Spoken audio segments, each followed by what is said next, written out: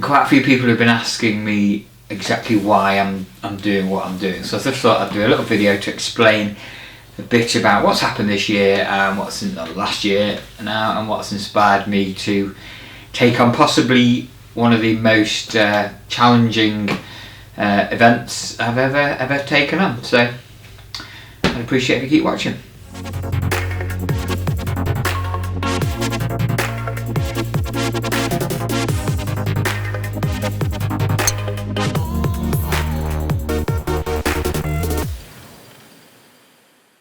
So back in June, little boy Harry, 7 years old now, was 6 at the time, had a bit of a freak accident here at home during the lockdown situation, which escalated pretty quickly. Thankfully, Becca thought very fast. She got hold of an ambulance. Ambulance came, whizzed Harry to the Victoria Hospital in Blackpool. When they saw him, they said, look, this is too risky an operation for them to attempt.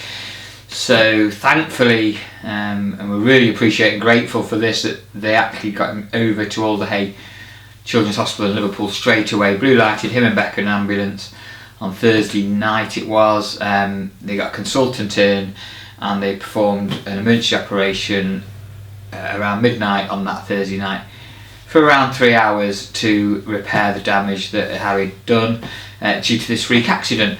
Thankfully, they were happy with how the operation went. Harry was left with a stoma for what turned out to be about 5 months, but recently he's been back in Alderhay and he's had the reversal operation, a successful reversal operation on the stoma, which has meant that now he's pretty much back to where he was pre the accident back in June. And I can't say enough about how grateful we are to the staff at Alderhay, especially during the COVID situation and times that we're in. It was pretty challenging because only one parent was allowed in the hospital at the time. So for example, if I wanted to go over and see Harry, Becca would have to leave. She'd come and sit in the car park or go and do something with Charlie, while I went upstairs and spent up into the ward and spent a few minutes, half an hour or so each time with Harry. Whilst I was in the ward at Alderhay, we were very, very fortunate that we were only in for a short time, a week for the initial operation, then just under a week after the second operation. But we met many families and children that were in there for much longer, and speaking with those families, speaking with the staff at the hospital, we kind of understood or learnt about the challenges they're having, how hard it must be, especially during these challenging times, to have a family member and a child especially in hospital in a situation like this for a long period of time. Fundraising for these charities, because the Alderhay Children's Charity does rely a lot on fundraising to provide things for the children whilst they're in there and to make life better for them and for their families during probably some stressful times in their lives, and there's going to be months, weeks, months and years for some families, some children spent within these wards, within this hospital over in Liverpool and many other children's hospitals across the country. So whilst I was there, obviously very emotional in what had happened with Harry, it was pulling at my heartstrings anyway. I decided to try and raise some money for the charities. So my idea was to do something that would totally take me out of my comfort zone and put me somewhere I've never been before. So I've decided to enter a full iron distance triathlon. Now, for anyone that knows me, yes, I'm a trier. I like to try and run, I like to cycle, and yeah, I used to do a bit of swimming when I was younger, but nothing to the extent of this challenge. So a full iron distance triathlon. The one I'm doing is called the Lakesman, and it's going to be in June, on June the 20th. Happens to be Father's Day, it's the Sunday, so I think that's quite nice. But a full iron distance triathlon is a 2.4 mile swim, then a 112 mile bike, and then a full marathon, all in the same day. Now, I have 3 years ago tried a half Ironman, a half distance event with not much training, and I'm not going to lie to you, it was probably the toughest thing I've ever done, and I panicked, I struggled with it, and I got an injury during it and thought, well, I won't be doing one of them again. Instead of just doing one of them again, I'm now doing double the distance. So it is a step up. It's taken me massively out of my comfort zone. The swimming Obviously we're in lockdown, I'm not getting any swimming done at the minute, but pre-lockdown I was able to get a bit of swimming done. I haven't done much lake swimming, and I'm hoping to get certainly into a lake as soon as the temperature increases, but back in the swimming pool as soon as they open. Huge thanks to Ribby Hall. Mark Leach at Ribby Hall has helped me out with that, and fingers crossed we'll be able to get swimming again very soon. The cycling, I cycle with Team Windmill, but I'm a kind of come and go cyclist. Paul Beverley's done a lot of work with me, Stephen Beverley, Chris Morris, Dawn, Barbara Holmes, lovely people, you know, that have inspired me in their own right to take on the challenges that I'm doing. Barbara is a world champion in her age group at triathlon as well, and I'm very fortunate she lives local to us and I get to train with her. But they know that in the cycling world, yeah, I'll go and give it a try, but I've not really put the time or effort in the past to really push on. I've only ever done 100 miles once. It was the Birmingham Velo 100, and I got off the bike and couldn't walk for a week, so the thought of doing a 112 mile bike and then getting off the bike, putting my trainers on and running a marathon is just, it's mind blowing really. That's the challenge that I've got ahead. And when it comes to running, I can't run, I'm a rubbish runner. So I've struggled with plantar fasciitis. 3 months ago I couldn't even walk, never mind run. But I spent a bit of time with David Byrne, a great physio who's educated me a bit about running. I'm also reading some fantastic literature. And Chris McDougall's Born to Run really been helpful.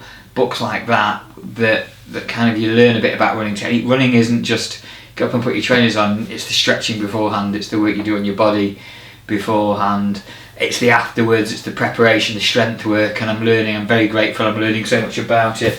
I'm reading triathlon magazines, I've got Dom Fink's Iron Fit books, I'm researching all the time on the internet and listening to a lot of audio books. I'm learning about breathing, Wim Hof methods on how to breathe more efficiently to get more oxygen into the body. So as you can see, I'm taking it more serious, but it's a serious challenge, and that run, getting off a bike and running for probably 5 hours is not going to be much fun at all. I've been out and done a training run today. I'm running with a couple of pals. Obviously again it's challenging due to the current guidelines and restrictions, but going out and running with somebody and chatting whilst running, keeping my heart rate low, aerobic endurance and developing that seems to be pretty important, to the point that, like I said, 3 months ago I couldn't run. A month ago I was running 5 to 10 Ks. This morning I've done a 15k run, 1.5 hour training at around 6 minutes per kilometres, keeping my heart rate to 130 to 140.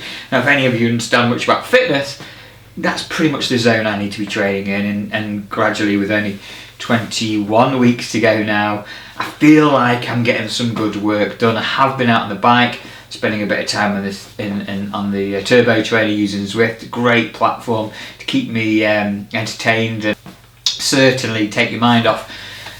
For example, yesterday was a 2-hour spin session on my turbo. You know, it's a horrible, miserable thing to do, but I know putting the hours in now and doing the work on that base fitness now should benefit me, or certainly give me a chance of getting across that line.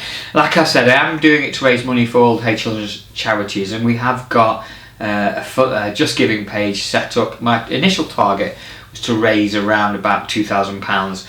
We've smashed that. We're already up to nearly £3,000, so I'm very grateful and really appreciate anyone that's already donated. There is a link, I will put the link below, so if you do fancy donating, I know it's challenging times and I do appreciate that money isn't easy at the moment, but if you could just spare £5 or so just to help me push towards as big a figure as we can get, it'd be great to get near that £5,000 or even £10,000 for the charity by the time I do the event. I would really appreciate it. Such a worthwhile cause, and me sitting on that bike in the garage for 2 hours, or going out and running in the rain for an hour and a half, in the back of my mind I know why I'm doing it. You know, there's something motivating me.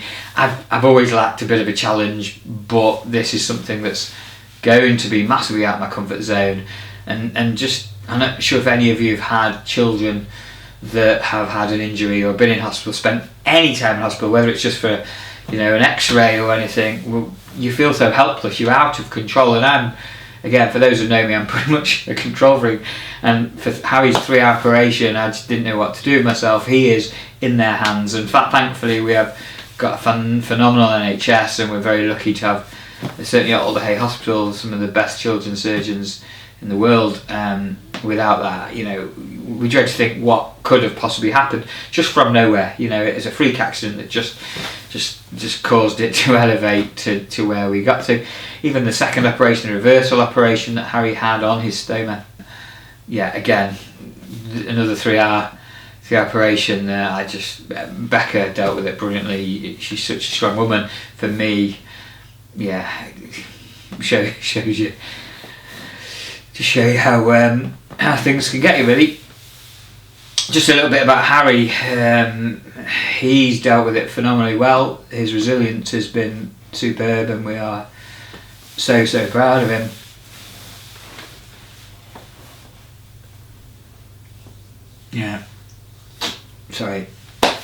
Harry's dealt with it so well.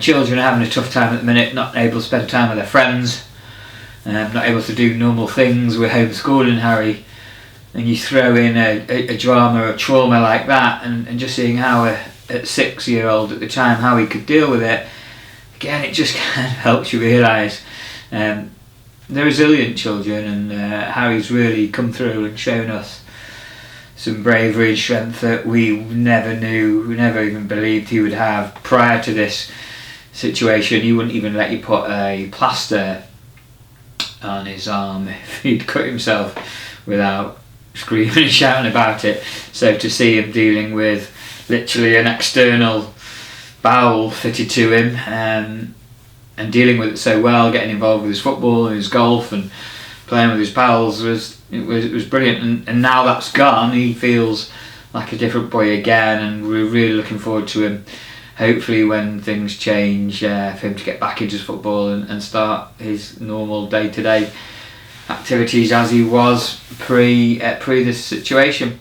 We've had so much support from family and friends. My parents have been brilliant, same with Becca's mum as well, and all our friends have been so supportive.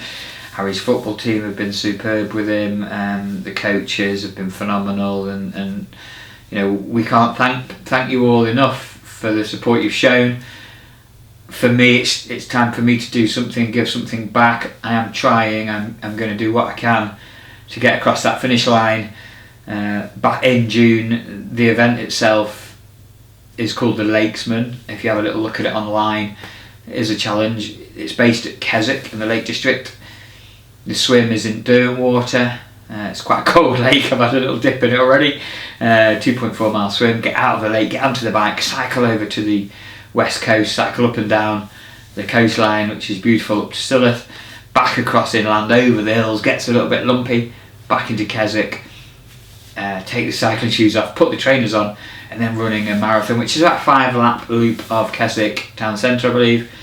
Sounds like we're going to have a few pals up watching, family and friends supporting, so that should be good. My target would be to complete the whole event in around about 15 hours. You get 17 hours to do it. I'm aiming for 15 hours. Anything better than that is a bonus. The way the training's going, I feel like I should be able to complete it, but we'll always see. You never know how you're going to do on the run in an Ironman, apparently, until you start the run. So you can't really plan for that. I mentioned I've had a few issues with my feet. I've had a bit of plantar fasciitis. I've lost a toenail last week, and I think I'm going to lose another one this week after today's run. So it presents its own little challenges, but that's my battle, and for me to try this and do something to give back, certainly to such a worthwhile cause, I think it's only right, really. So first of all, thank you for watching this video. I appreciate it is a bit out of the norm for this channel. Dan Webster Golf, Dan Webster's not doing golf here at all. I haven't even mentioned golf. However, one thing I will be doing is some fundraising. I'm hoping to do a golf fundraising event here once we get back open, so keep your eyes out for that. That's about all from me. Thanks, really appreciate you taking the time to watch this video and let me explain to you exactly why I'm doing it and what the inspiration and motivation is behind the challenge. If you do want to follow me, I've got an Instagram page, Dan Webster Golf. I've also got Twitter and Facebook, but I've also set up a normal man to Ironman Instagram feed as well. So I class myself as a normal bloke. Some might say different, I'm not that normal, but yeah, I was sat in the sea last week trying to acclimatise my body. And it's quite a bold statement. Another pal of mine says, no man to Ironman. You're putting a bit of pressure on yourself there because you haven't done it yet, but I like to do that. I like to kind of push myself to see if I can make that challenge. Anyway, enough of the waffle. Thank you for watching. Appreciate you taking the time to do that so today, and take care. Hope you enjoy the journey. See you soon.